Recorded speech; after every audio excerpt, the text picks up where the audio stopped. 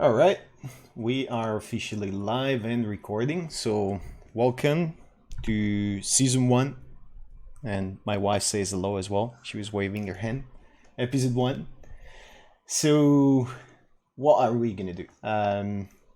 In the first tweet I made, I actually said that I would have done the actual intro video, the one I'm gonna use on YouTube for the intro, and talk about the channel and the series a little bit.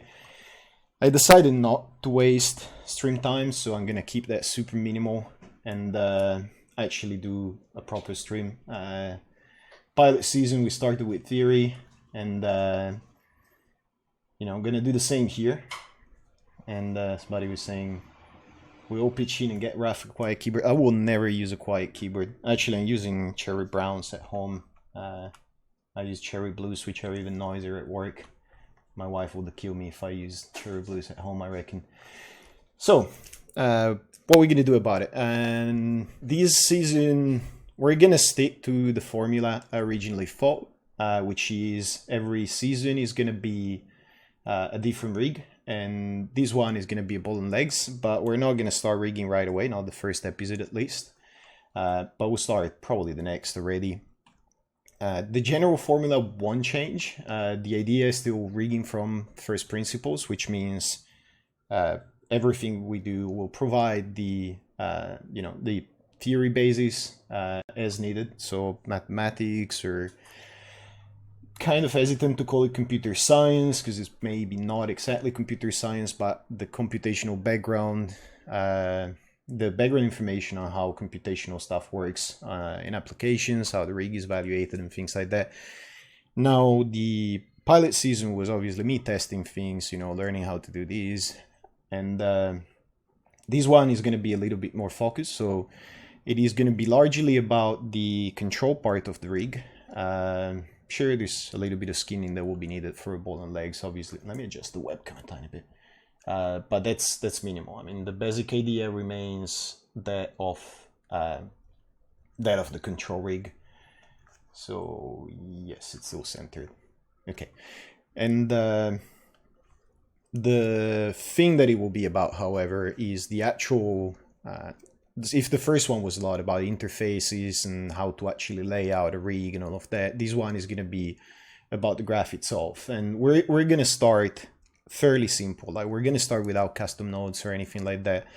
And then move into refactoring and optimizing the rig. And the reason for that is that I know ahead of time what works and what doesn't to create a fast control rig, because I've done it slow and I've done it faster than that several times around, and I now have a pretty decent idea of what is going on and how to get a rig to perform. But I don't think it's a great way to teach people how to go about it, because if you don't know the slower beats or what is acceptable for prototyping or what the differences in performance are between the various steps to optimize, you miss an important part of the knowledge. Making the mistakes or seeing how the prototype performs and what the gains are in doing something or something else is pretty much as important as knowing what to do.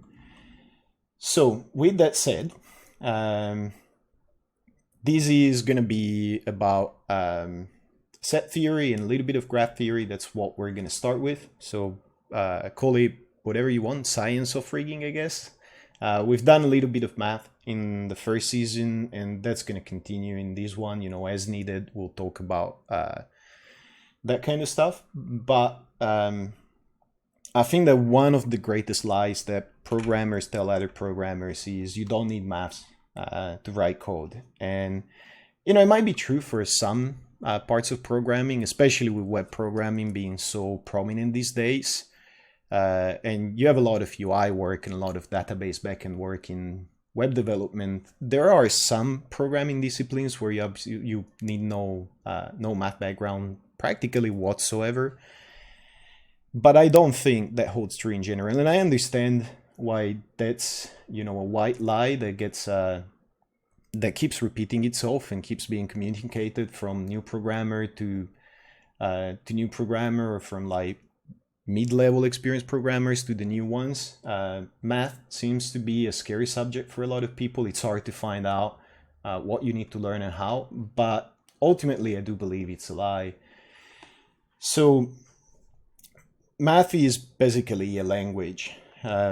It's usually confused for some tool to obtain results, and sure, you can use it for that, absolutely. But the nature of mathematics is that it was born and it remains a language to communicate ideas, to communicate ideas, to represent ideas. It should be studied as a language. It should be learned as a language at the very least. And it's actually not that scary. The main issue with it is that whatever you study, there's such an abundance of fields in mathematics, and some of them are incredibly complex and people take decades to explore just the one field. But it's not that harsh to just get something going from 3D and rigging. Now, with the language perspective, two very important parts of it are set theory, and more specifically in computer graphics, and especially in rigging, graph theory. Now, I'm talking about set theory, which is actually incredibly simple and fairly recent, at least by mathematics standards, because without the vocabulary coming from that and the understanding of the basics, it's really, really hard to discuss anything. Almost everything you need to explain in math in basic math starts from set theory. So shouldn't take us very long. Now, with that long preamble out of the way, let's get going. Now, first thing you want to know about sets is basically what they are, and it couldn't be simpler. It's a collection of elements. So let me see if I can refocus the pen. Yeah, I can. So there's no real rules for that. It's and that's why it's one of the most basic things. So if you have any number of items, of elements, you can call them whatever they want. Some books use one definition, some books use another. You might have a bunch of letters, you might have a bunch of numbers. At some point, you might decide arbitrarily or based on some rule that those are a group. They're a collection of sorts. That is literally what a set is. A set is a collection of elements, and that is it. So the moment you have a bunch of numbers and you say, okay, this is my alphabet, I'm not going to write out every single letter that there is. That is a set. So if you have a bunch of numbers, if you have, let's say, every number between 1 and infinity, if we take out the 0 for the time being, those are in example, your real integers. Every number between minus infinity and plus infinity or just infinity, you could say this is a set of all the real numbers that exist. And that's it. That is literally what people agree on. It's a grouping, and we recognize that for whatever reasons, these groupings are of interest to us. That is a set. There's nothing else to it. Now, this is interesting for a couple of things. It's super important for graph theory, which is probably the most important thing, I guess, in understanding rig evaluation, arguably, at least one of the most important. But it's also very important for functions, because people often see functions, and beside the fact that reading maths can be pretty hard because the actual written language of math is meant to be able to compact a lot of things and generalize a lot of theorems for all cases considered into very little space. People phase out and they might be confused about what it is. So sometimes you'll see the symbol, which is the symbol for a function, and it'll tell you, it's the function of x.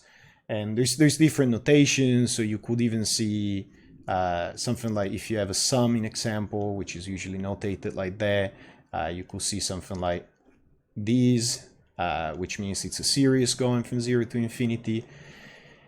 There's not a lot to be said about these. It's a function is literally a pairing between sets. And people often think of formulas and expressions and all these things.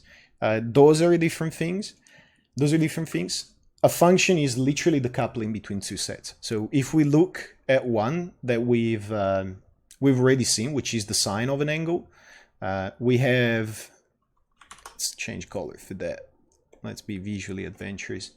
And this circle might be terrible, but whatever. So if you have your unit circle with talked about a little bit of trigonometry, and you have an angle in these, counterclockwise from the 0 being here, we did see that this angle, however many radians it is, this might be, I don't know, maybe a quarter pi, will have a sign which is this vertical distance here in this case. Now, when you establish a relationship between a couple of things, and that relationship is formal and solvable, and the relationship is between two items and only two items, that is basically what a function is. So the sine of something, and this is an alpha, which is usually what you'll see for trigonometry for a lot of angles. Some people might use theta, but it doesn't really matter. It's just a Greek letter. There's nothing else. You will find that that is a function of x. And I'm calling my function sine, I'm calling the actual x the input of that function alpha, and I expect to get a result from that. So if you have this notation, normally you shouldn't have an equal unless it expresses the actual solution, whereas these will be closer to an actual expression if I had a number in here. But anyway, what that is doing is literally saying for everything that can exist in a circle, and angles might be any real number, so all angles that exist will go from minus infinity to plus infinity. For any given number that is in there, there is a sign, there is a value, so that can actually go into a sine function, and it's expected to produce one output. And that output will be this vertical line growing. Now, the interesting thing about that one, and we have seen it, is that it's going to be between -1 and 1. So when it's in the negative space here, it's going to be in the minus, and you know, all the way up here, it's going to be -1, and all the way up here, it's going to be +1, and here it's going to be 0. So what that does is it will create something that is between -1 and +1. So what you have here are two sets, and this is you could call the input set, and this you could call the output set. Everything is slightly askew, but I hope you have one of those monitors you can actually tilt, and that will fix everything, fix it in post. So talking of functions, and this is where I'm going to stop because this is about set theory and graph theory, not about function theory, is that if there is one coupling and only one between these two, and don't confuse couplings with being, oh, it can only be one value, it could be a couple of numbers on either end, it means that this is a valid function. So this is actually called the domain of a function. So every number that can be the input set for a function is its domain. It's the domain of the function. So this function is valid for this. So if I gave it the letter A, and that A represented nothing but an alphabet letter, it will not be within the domain. The function cannot work with that. And when there's an output, it's going to be inside what's called the codomain. Now, the function is literally a translator between a domain and a codomain. It's a mapping between these two things, and that is it. So the other and last interesting bit about that is, and yeah, I'm sticking to functions for another 30 seconds, is the invertibility of the functions. Not all functions are invertible, and they can sometimes narrow the domain. So trust me, this is going to go back on sets.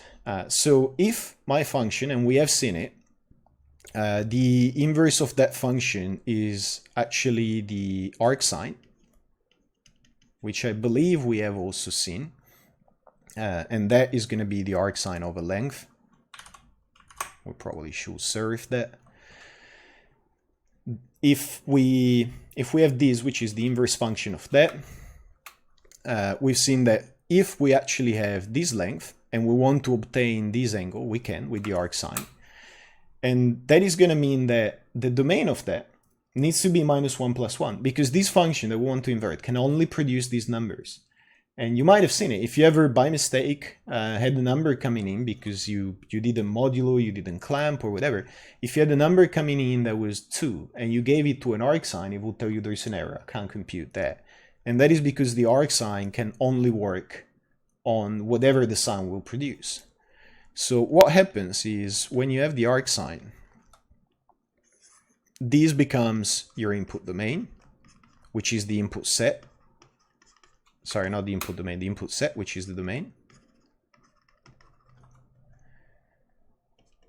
And you will use the arcsign as a coupling method, so anything that is in there. And you will go out to a codomain. Now, because the arcsign makes no difference between 360 degrees and 720 degrees, it cannot decide for you if you, in here, if you had 720 and you produce the sign and 720 brought you back to here, so it will be 0. And then you asked the inverse of that result. So you gave it 0 and asked for an angle. It cannot give you, it cannot distinguish between 0, 360 and 720. So it will always give you the first response. That's the basic idea. Which means that the codomain for these, and remember, like this is 360 degrees or 2 pi. The codomain of that is going to be minus pi to pi.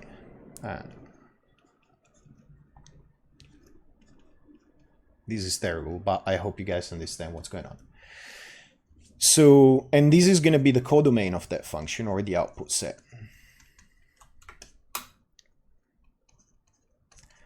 So chat, I trust you to help me out here. Is this all understandable? Does it all make sense up to now?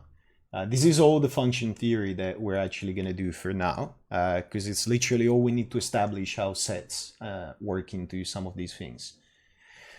And again, we're not doing math lessons that are going to take you through a PhD course or anything like that. If you want in-depth learning for maths, there's a ton of great resources. There's Khan Academy. There's a number of paid things that you can go for. But the problem often is knowing what to look for, where to start. This is all we need for now for functions. This is all we're going to use for a little bit. So chat is silent. I'm going to soldier on for a little bit. If you guys have comment, please let me know. So this is called through the function and then its inverse. This is called the domain narrowing.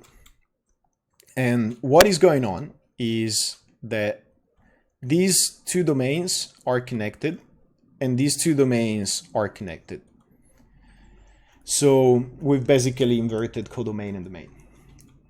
Now, the part where sets come in, where some of the definitions of sets are. And remember, math is about communication. So you want to be able to describe what's going on. Like narrowing a domain is something that you might hear more in computer talk than you will hear in math talk. What is going on is that if you curry that sequence, so if you had a long program that did both things, it got you the sine of an angle, did something to that for whatever reason, it might be normalizing, it might be error checking and all of that, and then you run the arcsign on it. If you produce something like that,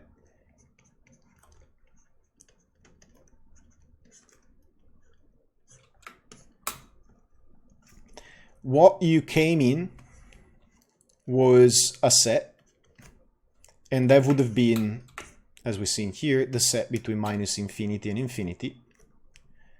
So let's say that we accept that to be all real numbers. That will usually be big R. What is actually going to be produced is a different set that has a much smaller amount of elements in it. There's still infinite numbers because you can have any amount of decimals in there. But it will be a much shorter stretch of values. So, and let's say that we call this little r. Now, what has happened here is that this was the narrowing. What has also happened is that this is now a subset of that one. So the relationship between these two in math talk is that set is a subset of set. And that means that it's as simple as you can imagine. In any of the things we've discussed here, if inside this alphabet set you decided, oh look, I want just the first 3 letters of the alphabet, and you know, whatever you want to call it, I can't believe I'm taking forever to do this, FT for whatever reason, first 3, that is a subset of the alphabet. And that is it. So oftentimes the domain narrowing is called going to a subset, to a non-complete subset. Now here's the other thing. If a subset is the same as the subset, so whatever you did, whatever function you did was processing these 5 numbers, you push it for a function, and it produces the same numbers, maybe even ordered differently. Sets don't have order. Then you haven't produced another set that is identical. You have literally produced the same set. So that function might be an identity function in example. In fact, if it produces the same set, and we talked about it with the matrices in example, when you push through that function, which is an identity function, the same exact result, the codomain is equal to the domain, which means you have produced the same set. Now, if it was a smaller amount of numbers, but it was still included in that original set, then it will be a subset of it. Now, conversely, what you have is, if you have 2 sets like that, and you have a much larger alphabet set with everything in it, you could say that this alphabet set, so let's call this A, and let's call these, normally like sets are indicated with capital letters until you run out of them, then you can find all kinds of stuff, but there's, depending on what field you look at, there might be any kind of notation.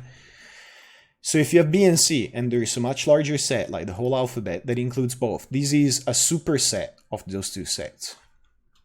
And these are set operations, like, well, these 2 subset and superset are set descriptions actually, but the interesting bit when it comes to notation are set operations. So we have seen, let's get ourselves some new space. You have something like that, and you might have something like that.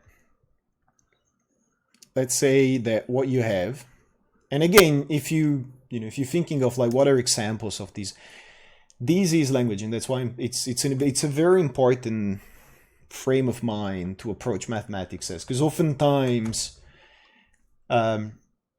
it's hard to see the sense in what you're doing or what you're reading, because you're trying to look at mathematics as something that is intended to produce a result that you desire right away, but that's not the case. It's intended to communicate something. And if you think of languages, when you study music as a language or English or something like that, you don't look at the language going like, oh, what can I use it for? I mean, maybe because it's obvious to you that the language might be used to write a book or to communicate with something else, and writing a book is probably somewhat the same thing. Math is the same. Very often you want to understand what the concept is meant to communicate. Now, in this case, if you have this set and these 2 sets are completely separate, this here is not really a subset because it contains elements from both. It's not really anything. It's just a new set that happens to contain something from these 2 elements. And this is where some symbols come in, and these should be pretty much all we need. Now, I don't, like somewhat in the last few years, I've done a fair chunk of category theory, set theory, and things like that. But even then, I don't remember every symbol there is, and books might use slightly different notation. Sets are actually pretty easy. So I have a cheat sheet on the side, and you can find a million cheat sheets for the for whatever field you're looking at. And there's a few things we're interested in. So if you're looking at a subset, so let's actually write one down. So we have this set, and when you have a subset like that, and we're saying that this is B, confusingly we name the set the same as its contents, but it doesn't matter. Then you can say that B has less elements than A, and that all elements of B are contained in A. That's the definition of a subset. And that means that you will write something like this. This is like, look up the symbols on the internet, because it's really hard for me to actually sketch this. So this is a subset. It's an operation, it's a description, you can call it whatever you want. often these are called meanings or definitions. Now, if you have, sorry for that, if you have a superset, so the relationship between A and B, you're going, okay, A is a superset of B. So whenever if you read a SIGGRAPH paper, something that many people with technical inclinations have tried to do, you might have found quite a few of these, and you might have been utterly confused by it. SIGGRAPH papers are oftentimes, partially because they go through the ACM, which is a very prestigious scientific group, so there's rigorous requirements for them, but partly because they often try to over-formalize.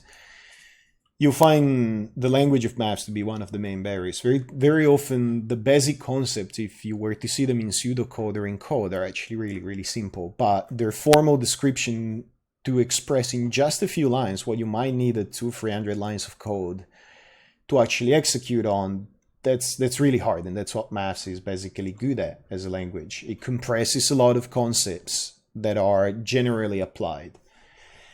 Now, the next thing that is interesting, and a subset is basically always also an intersection of its superset. But what is more interesting, I guess, is when you have intersections. So if you had something like this case, there's an option where you go, okay, there's an intersection between these two sets. We're only going to consider these two. So ABC. So we have one set like that and one set like that.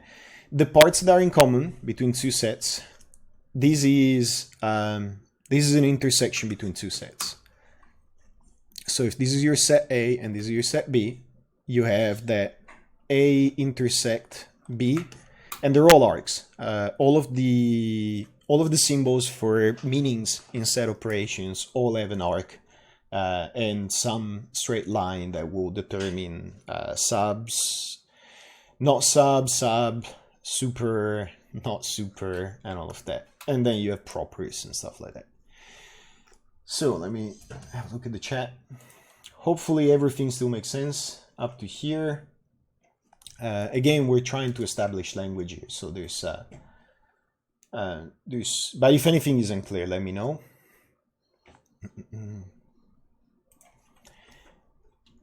So if you have a set that is both of these, so this is your intersection between A and B, in example, we'll give you a set that is just B, whatever elements are in common between the two. Hello, someone joined the chat.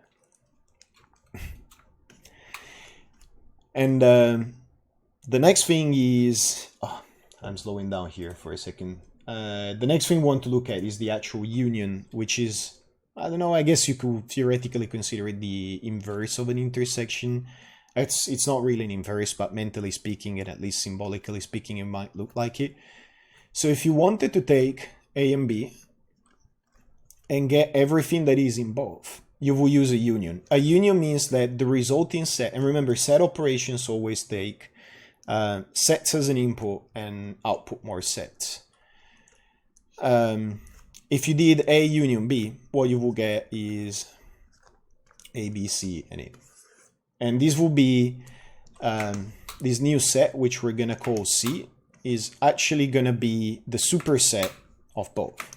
So you could say that C is the superset of A. C is also the superset of B.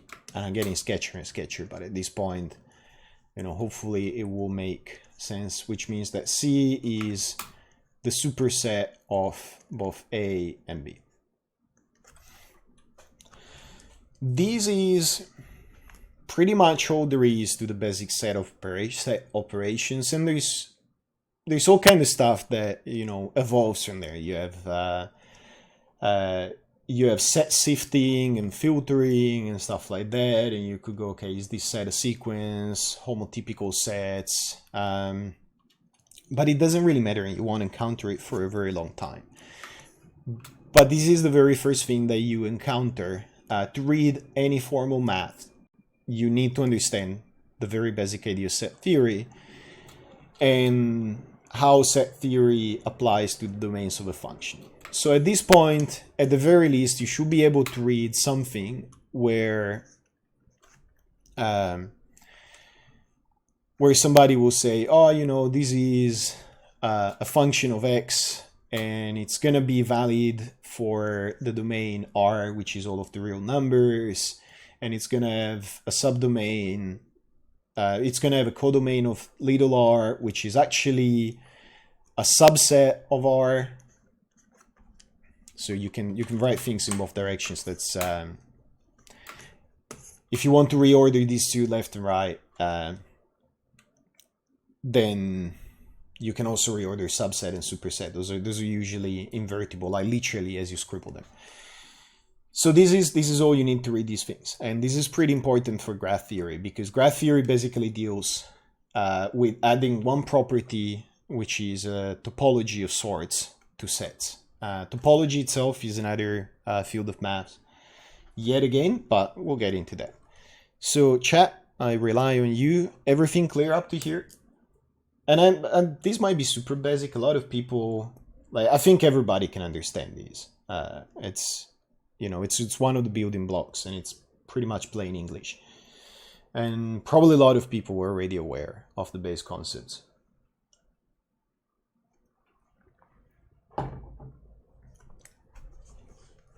All right, chat still silent. I'm wondering if I got disconnected or something, but I reckon we're good. Yes, I am still streaming and still recording. It's good to get a refresher clear. Yeah, I'm sorry, it's being, you know, stream gets recorded and all of that. I can't really do a recap, but we're just talking about set theory and what set unions and subsets and supersets and stuff like that are. Now, the next part that we're interested in is graph theory. So, and I'm only going to do very little about it. So this is going to be a strictly 1 hour stream. Now, when you look at a rig, and this is our trusty, what was it? Anyway, it's a trusty one-wheeler from the first season. Now, when you see something like this, obviously you already know of this. If you use Maya long enough, you already know of this as a graph. And there's things like data graphs and execution graphs and hybrid graphs and all of that. We don't really care about it. Not yet, at least. What we care about is these elements here. So each of these nodes, and they do have a relationship to each other because we're drawing connected nodes here. Each of these nodes are part of a set. Ooh, need to remap my brain for the cam shortcuts. Each of these, all of these, in fact, are part of the same set. We're saying, okay, we're evaluating this component or this rig or whatever it is, and there is going to be a set, and that set, and we might be looking, I think we're looking at a good chunk of the rig, but that might be the God node, that might be the seat, or it might be both. So hopefully you, at this point, you're going to start seeing how that pans out. So you might have the God node that it has a bunch of Maya nodes in it, and the God node might be actually affecting, and this is not, yeah, sure, let's use it as a symbol. We'll explain what the arrows mean in graph theory. I'm not using it as graph theory just yet. These might go into the seat component, and it might also go into the will component. Oops.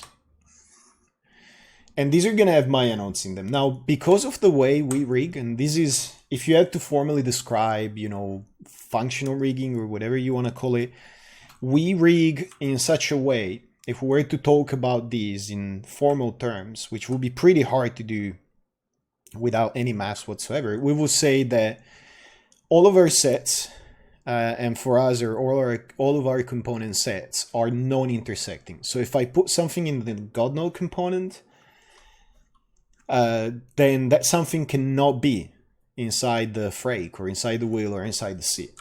That is the promise I make. So when I'm formalizing a rigs, I'm saying, look, all the component sets are non-intersecting. And, you know, the God node will have our subsequent controls in there, a bunch of transforms, a bunch of nodes that we use to reparent things. So all the noodling we did, you know, the seat will have whatever we use for the seat, and so on. You get the idea, I'm sure. So this is going to be quite a few nodes. Now, those nodes are connected, and that is where graph theory comes in. Graph theory basically organizes sets. So the elements inside a set, the elements of a graph, so each of these single discrete elements, and by the way, each individual element is called a discrete element. Each of these is going to be one element in the set, and it's called a node. It's literally called a node in graph theory as well, same as you would in Maya. So if I looked at something like the C, and this might not be correct at all. This might not be like how it's connected at all, but you get the idea, I'm sure. Then I'm saying, okay, I have a set of elements which are Maya nodes.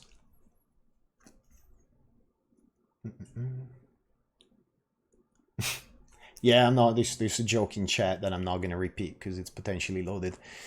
Now, we are also interested in the relationship between these nodes. And we have arrows in Maya that express something, but we're not going to deal with that yet. So we might have had something like this, and then this goes out to some other component somewhere, and this is receiving an input from some other component somewhere. So these bits are called the nodes. And these bits are called the edges. And this is all a basic graph is. There's literally nothing else. So it's hard to, in some ways, it's kind of hard to explain really simple things because you go, okay, do I elaborate more? And it's like, there's not much more that you can elaborate on. So what is an example of a graph like this? This is not directed, this is nothing. This is the most basic kind of graph that you can get. When you have a model, and people often talk about model topology, it's, you know, it doesn't come from nowhere. It literally comes from mathematics. So how these nodes are connected, that is the topology of the graph. And this is undirected, which means they're not arrows, they're just edges. So whenever you have your grid or your face or whatever there is in it, and you have something like this, your vertices are basically nodes. Without basically, your vertices are the nodes of that graph. And your edges between those vertices are edges. They're edges in a graph, literally. And they have no real direction.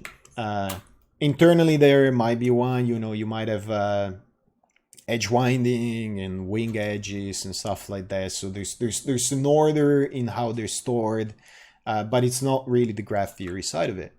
So this is literally that same notion. And if you had to describe it, all of these vertices, all of these nodes are your set V. All of these edges and how they exist are your set E. And there's no union here because they're not getting occasional clipping on louder words. Yeah, I might have overcompressed. Let me make it a little bit more distant. And these are not really compatible sets. And there's no such thing as set compatibility, by the way. We have no interest in intersecting these. But how these vertices actually own those edges. So this might be my vertex 0, 1, 2, 3, and so on. And edges-wise, and we'll number the edges in blue, I guess. We're going to have edge 0, edge 0, edge 1, edge 2, and so on. The functional part of that is that this is a set that goes on for a long time, and usually it's going to be a contiguous sequence. Then you are going to have an edge 0 in there. Why did I get myself into multiple colors? And there is going to be a rule between those, which is edge 0 is actually concerned with vertex 0 and 1. So if you were, and this is where things get a little bit more interesting, if you were to describe edges, you could say that each edge is actually a subset of V. So E as a function of V is actually going to be subsets all over. So you're going to have your vertices E, and you're going to have some sort of function of, in this case of edge, of little e, and it's going to be inside E. Arrows in this case, not the proper symbols, but I don't want to introduce too much notation. And this is how you determine the topology, and that might be simple coupling. So you go, okay, for, you probably would actually want it inverted, but the arrows inverted in this case to understand it. But for edge 0, in example, like will be obtained by having, like will give you, if we were to run it that way. Let me do that before it becomes too confusing.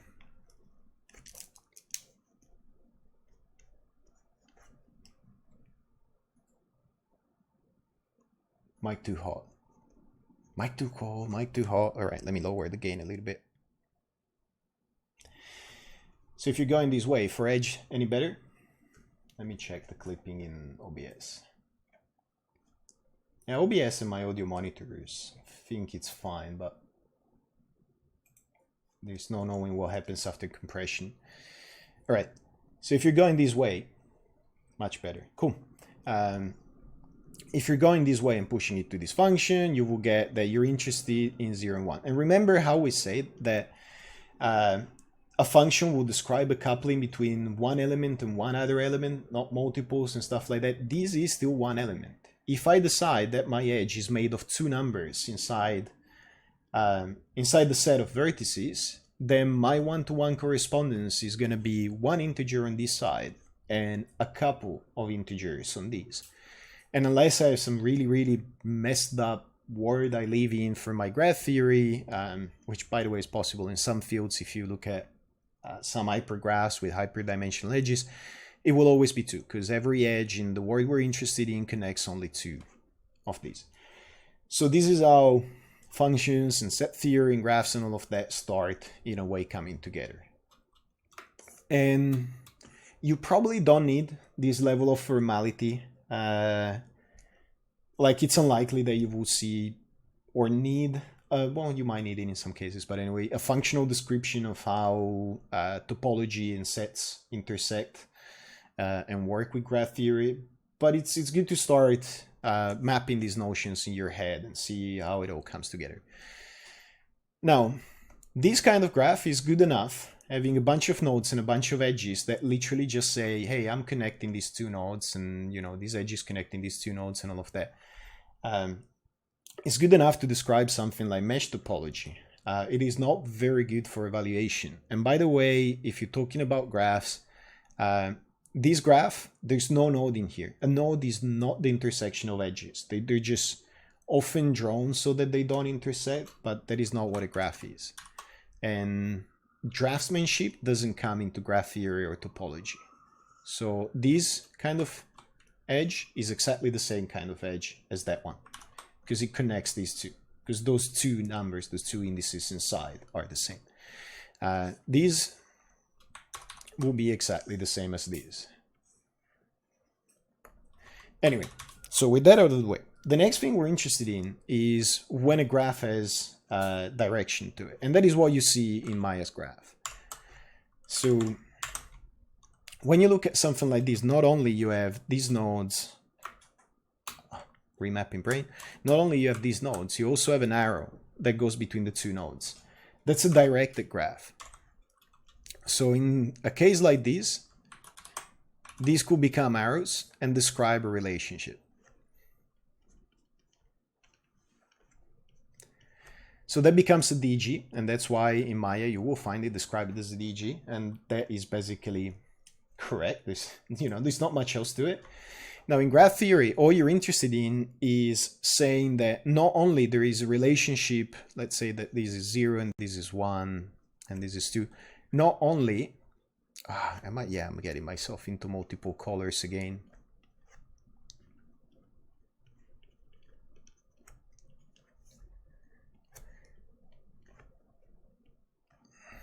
I should probably use letters and numbers, but not only now there is a particular set of two numbers that edge represents, which in this case are 0 and 1, but their order matters as well. Why do I do that? Why do I get myself into color stuff? So it's actually, come on, okay. It's actually perfectly legit to have another edge like that. It's not the same edge as this one. If the graph is directed, this is a completely different edge because now order matters. So that will be 7.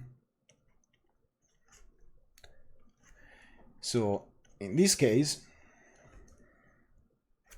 as confusing as that might be when you're starting out, this is a completely different edge, and this is a completely different value because it's not so much the numbers that are in it as much as the order numbers. So, and this is a directed graph. Now, you most likely already encountered these if you've been rigging for long enough. Even if you're an animator and you talk to riggers sometimes, they'll explain that your wishes are impossible because the graph becomes circular. This is a graph that has a circularity to it. This is a graph that is re-entrant. So as you walk the graph, which literally means, okay, I'm starting at node 0 and I'm following the arrows down to somewhere. I want to come to another node that is not going to go out to something else. That's called walking a graph. So if I walk that from 0, I will get 0, going to 1, you know, then I will be going to 3, then I will be going to 4. Let's say that I'm trying to find the single longest path in that, which in computation also has a meaning for the record. That's called the critical path. So you find that you have a sequence like that. Now, in the walk, if you were to stupidly walk it without handling cycles, what you will get is infinitely this. Because you will walk from 0 to 1, and if, you know, unless by some chance in your walking algorithms you decided to walk down to 4 first, you will be walking down to 0. So you cannot find the critical path. You cannot find your way from one end of the graph to the other. That, by the way, is perfectly fine, so long as whatever evaluates the graph can deal with circularities, with cycles. That is fine to have, and Maya does it all the time. So the way that actually happens in Maya is when you create a constraint between any two objects. And I don't remember if I've done that in the previous season, but it won't hurt to do it again. So when you constrain two objects together, and if you graph those and only those, what you get is an actual cycle in the graph. So if you look at these, the way we have been looking at the subject insofar, what you have is, you know, let's say you have A and B and C, and you're doing A to C, then C to B, then B to C, and this will go on forever unless you have some way to untangle these. We'll talk about graph evaluation, but later on, as in not in this stream. But that is basically what a cyclic graph is.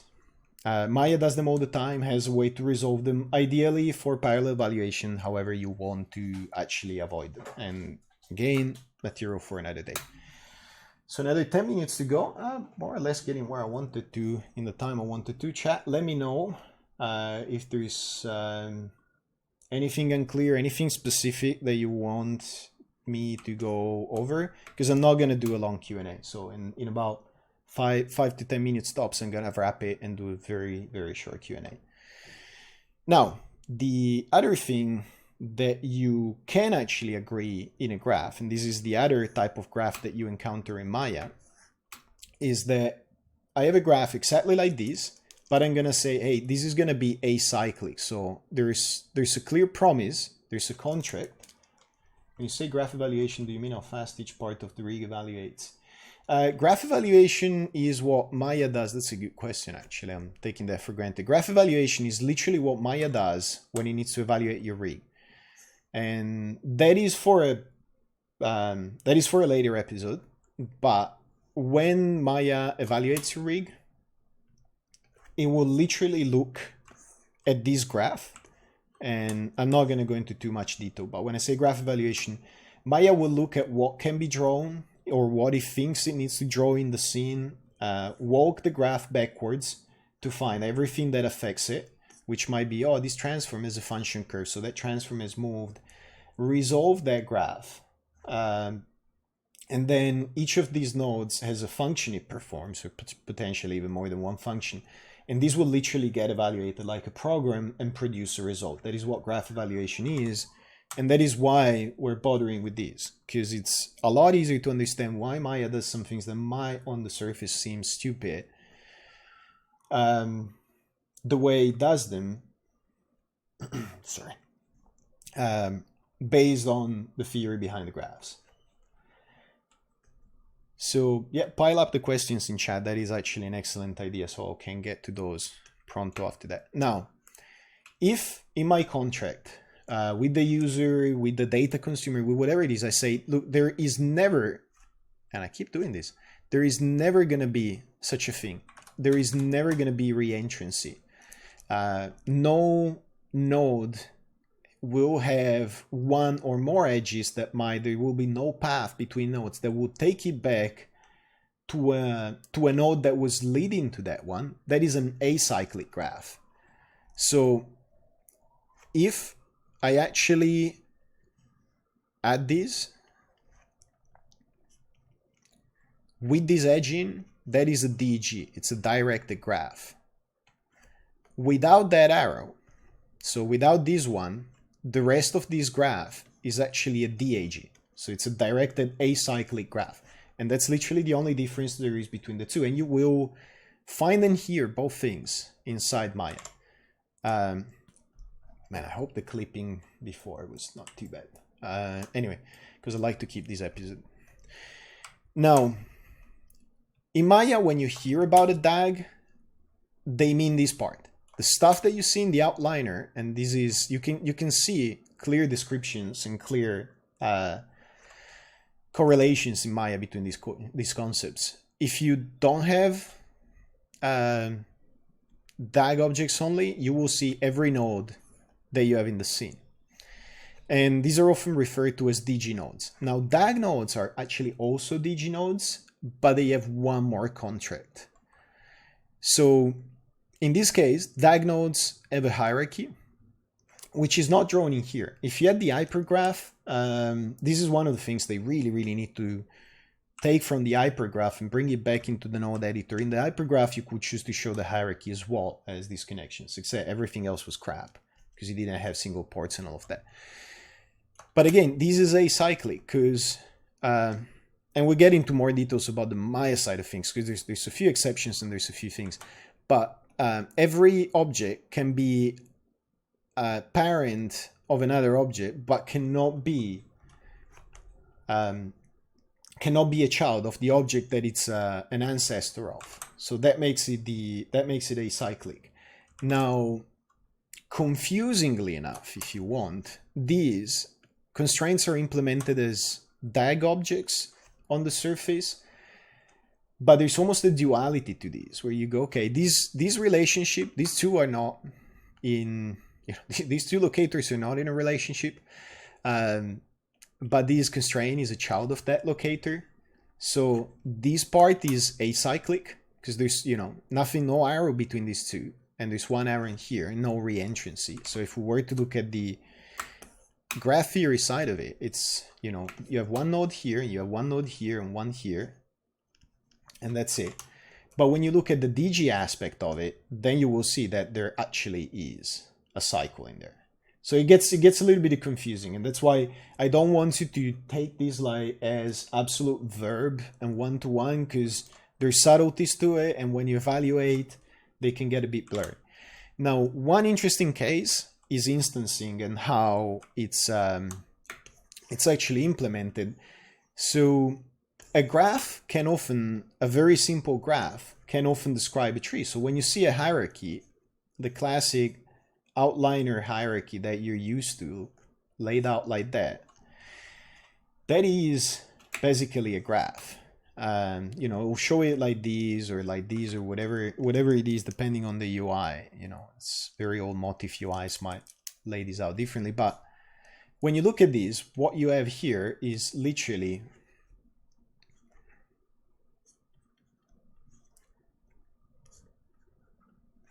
this graph.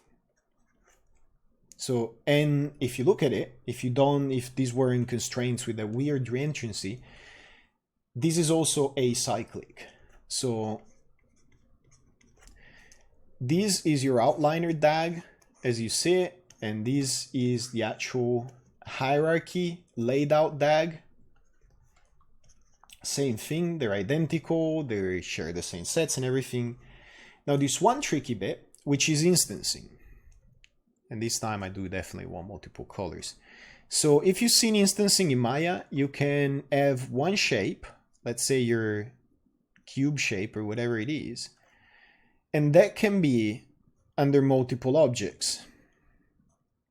So instancing basically means that you have one node, one piece of geometry, and that is literally the only object there is, and that's repeated. And you might be instancing multiple times in multiple places.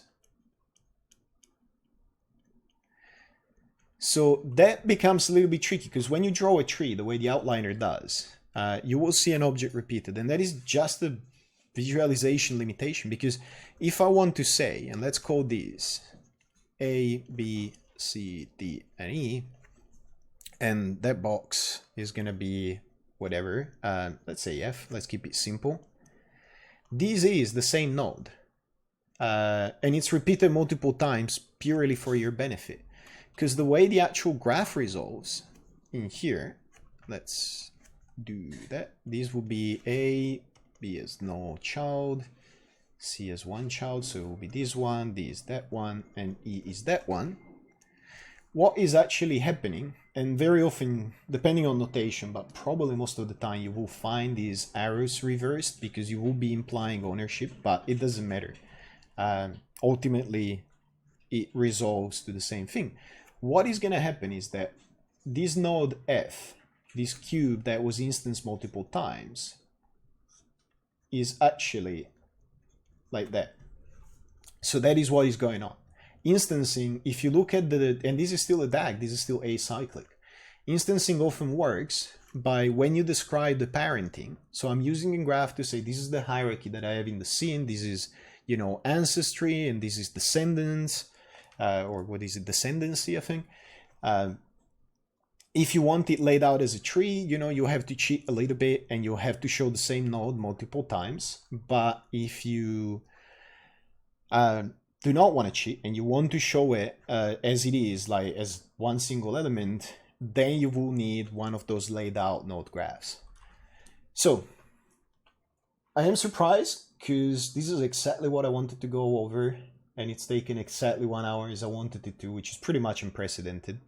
Hopefully the recording will be good and the microphone will not be too hot in the actual recordings. We'll see. I think I'm gonna keep this one because I don't think I'm gonna be able to do exactly what I wanted to in exactly the time I wanted it to do. So pile up the questions in chat if you want. I'm gonna answer them for 5 minutes. But this is what I wanted to introduce. Because we're going to go, while we discuss things as we go through the season, I need to use these words and I need people to understand them. And that is, I think, the part where you really need mathematics. It's an agreed on language. Now, there is one question, which is, do you think the overgeneralization of graphs could be responsible for the stagnation of the whole rigging pipeline? Modeling went from NURBS to poly to sub-D to sculpt. Surfacing rendering made leaps and bounds to rigging hasn't really improved since the 90s. It's a pretty good question. So, and it warrants a 5 hours or a 55,000 words article kind of 5 hours response or 55,000 words article response. It's tough to say. So graphs, I don't find it really overgeneralized. When you look at the graph in Maya, there's two things that I would say make the Maya graph somewhat special. It's not overgeneralized. It's actually fairly specialized. I don't think it's an issue, and it's probably been Maya's greatest success in a way. I think if one of the reasons Maya won the application wars, and there's several, is partly the architecture and the way they had this hybrid graph going allowed them to expand the API, to not have too much backward compatibility breakage or stuff like that. No, I don't think it's overgeneralized, and I don't think overgeneralization is responsible for the stagnation of the rigging pipeline. I guess that's the short answer. The oddity about Maya's graph, in a way, which is probably what sold it in so far, but it's starting to become way too big for its shoes, is that it's a hybrid graph. If you think of graphs of both as either evaluation graphs or data graphs, Maya is a really odd mix of both. It supports reentrancy, it does cycle breaking, and we'll discuss all of that. If people attended my Rigging Dojo lecture, that was quite a while ago now, that was like over 2 hours, and I did go into some of those things, and I will again on Code of Rig. Now, I think the main reason for the stagnation of the rigging pipeline is the stagnation of the rigging people and the animation people, to be perfectly honest. And that is one of the reasons why I do this and why I think people need to learn the first principles. Because Maya actually offers the tools to get pretty fast and pretty dynamic rigs. The viewport in Maya can be pretty nasty, but their graph evaluation is pretty sensible. And what they did with the parallel evaluation is that, and we'll go into that as well, is that the graph as you see here with all its reentrancy and all of that, the so-called DG evaluation mode, is actually now a pre-flight in the parallel evaluation, and this thing actually gets expanded into a non-reentrant and multi-threadable graph. But rigging people have always said this odd mix of artistic and technical. That's it's kind of, in a way, not really lowered the bar, but it's had to set a bar for the applications where they need to appeal to both the very technical user as well as the very software driven, I don't want to know the maths, I don't want to know programming, I don't want to know the theory kind of user. And some of them have produced great results. Then you have places that don't have specialists and they still need to rig. It's perfectly legitimate, if you ask me, that random Joe animator in a 4-people shop needs to rig his own characters for his commercials the same way that, a dozen specialists we have in a major feature movie that do nothing but rigging all day do. So, the software is kind of a victim of its own success. So if you're talking about developing your language, what do you say is there specific vocabulary words to take away today? That's a pretty good question. Vocabulary wise, all you want to know is sets are pretty. That's actually a really good question. I like it. The idea of a set, it's mostly understanding what some words mean. The idea of a set is an unordered collection of elements. Why am I browsing all of these? I guess to create some movement. So collection of elements, this is a set.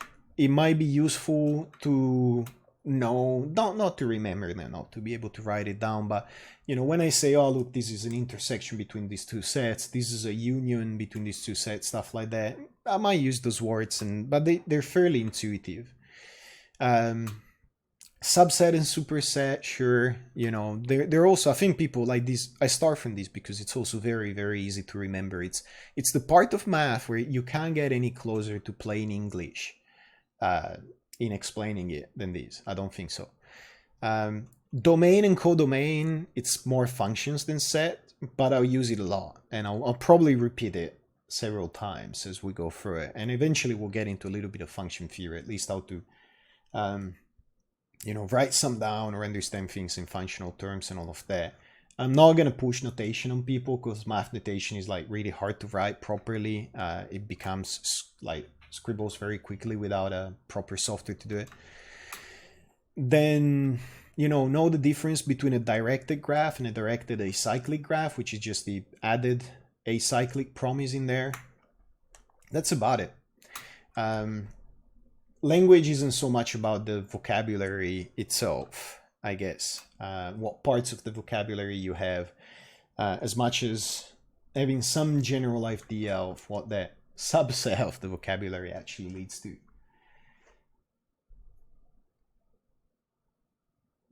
So, was the Rigging Dojo lecture about multi-threading, etc.? So the Rigging Dojo lecture, I will go over all of that on Cult of Rig as well. I don't even know if they have it available any longer, but what it was about was, it was about 2 hours, and the graph part of this without the set part was probably the first hour, and the second hour was explaining how DG and parallel and so on work in Maya. So it's not about multi-threading. The question is, was the Rigging Dojo lecture about multi-threading? It mentions how Maya introduced multi-threading, and that lecture was done when 2016 was super fresh and nobody really knew how it was working. So I was trying to explain how parallel and DG mode and serial and all those things work. I'll go over all of that during the season. So I guess, yes, in some way it was explaining why a graph like this, well, any graph is kind of hard to multi-thread efficiently, and what tricks Maya uses, which is taking the DG evaluation of the graph and expanding it into an EM graph. So it explodes it into a bigger graph that is non-reentrant. It figures things like clusters. It splits islands based on parallelism. It assigns them to custom evaluators as needed if you give it any filter rules. And then the EG, which is the evaluation graph proper, is actually a much simpler, I think it's forward only evaluation graph, and not a hybrid like this. So that's, if that doesn't make sense, it might actually make sense to some people that are in chat. If that doesn't make sense to you, don't worry. That is the 60 seconds version of what actually takes quite a few hours to explain. So I know that constraints is lower, but how do you check how much lower constraints are than their nodal counterparts? I like the questions because they're all pretty much preempting stuff that I want to do in further episodes. So it means that we're on the right track. Constraints aren't necessarily lower. One of the reasons I do Cult of Rig is I don't like rigging myths. I don't like, there's all these little rules that people have had in their hands, like, oh, expressions are slow and this is low and that is low. I don't want to create new myths and new rules of fun for people to follow. It's a good question because it's the right question. It's like, don't assume that constraints are lower. You might have heard it, and you might even have heard it from me. If you eliminate re-entry, so let me go in stages. One of the things that makes constraints lower, and it's hard to do these without all the stuff that we need to go over, is this re-entrancy. And we'll go over these in graph theory, in the evaluation part of graph theory. This reentrancy means that this locator, to know that this cycle is benign, will need to evaluate that, extract the results, then evaluate again, extract the results again. And if those results are the same, it means that that's a benign cycle. It's not an infinite loop, so it can move on. So at the very least, having these forces Maya to go, okay, these two items here, they're in a cluster, and I need to untangle that cluster. So there's a pre-flight that you're paying for. Then they need to be at least one of the two, if not both of them, need to be evaluated twice. Sometimes it depends on how the cycle breaking works, and I don't have the source code for Maya, so it might be anyway. Not only they might need to be evaluated like twice for these and thrice for these, and then you need a comparison between the results. And if the amount of data that is traveling through those edges is large, that could be a fairly expensive comparison. So that is why constraints can make your rig a fair chunk slower. Now, the reason for that to exist is that it wants to know a bunch of things of the object it's driving, and it also wants to know from the object itself what its parent is. So it wants to know, do you have any parent? And if so, what parent that is.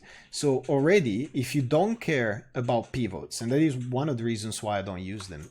If you don't care about pivots, and if these had a parent,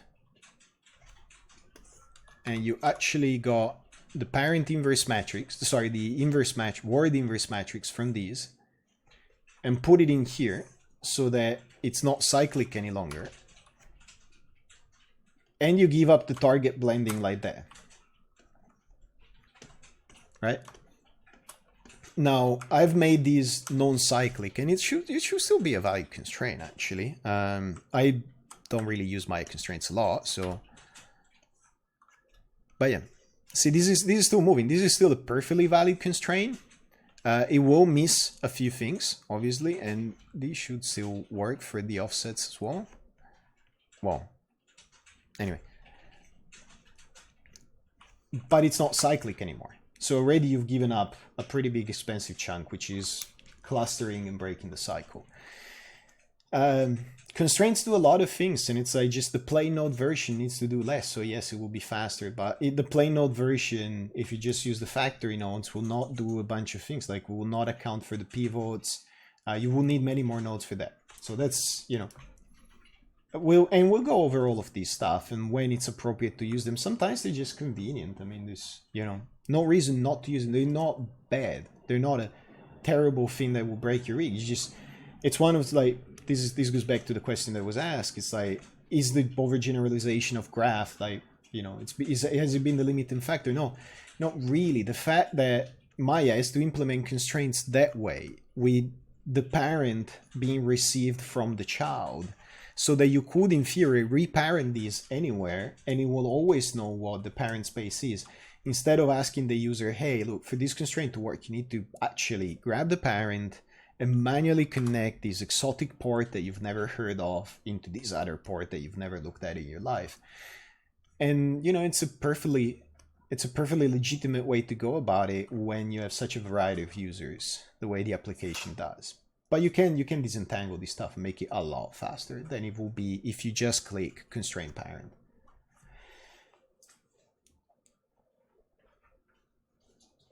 All right, so I'm a little bit over on the Q&A than I wanted to be.